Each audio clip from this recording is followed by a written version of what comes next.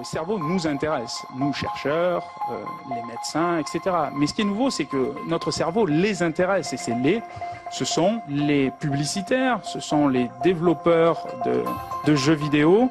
Il y a tout un business qui implique des milliards qui existe autour des sciences du cerveau aujourd'hui. Alors, principalement aux États-Unis, mais c'est en train d'arriver chez nous.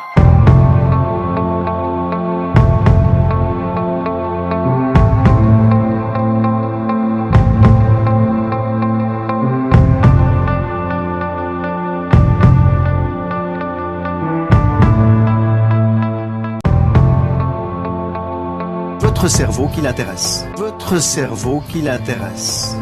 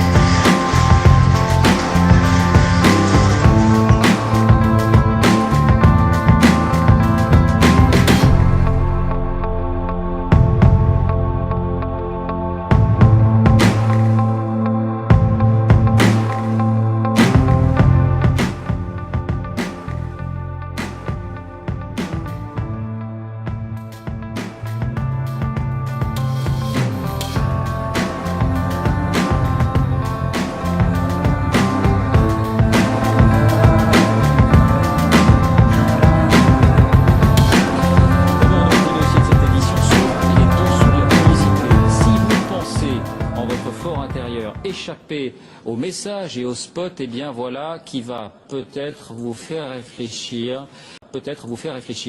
La publicité est aussi désormais affaire de médecine. Les recoins de nos cerveaux sont analysés, scannés pour affiner le marketing des grandes marques. Elle va visionner une publicité pour un soda pendant 45 minutes. La preuve par les neurosciences que la publicité est plus forte que le goût. Premier renseignement, dès ses premières secondes, la publicité accroche. Le personnage heurte une vitre, ce qui déclenche chez le spectateur, comme le montre cette courbe, un pic d'émotions négatives. Évidemment, si quelque chose de négatif, votre cerveau vous alerte et dit « Attention, regarde, danger, fais attention ». Donc ça va augmenter l'attention à la publicité, ça va augmenter sa mémorisation. Et ça devient particulièrement intéressant quand les gens n'ont pas conscience de cette émotion négative.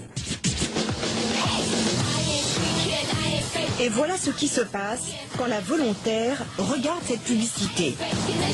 Les zones conscientes de son cerveau, ici en bleu, celles qui font réfléchir, sont désactivées.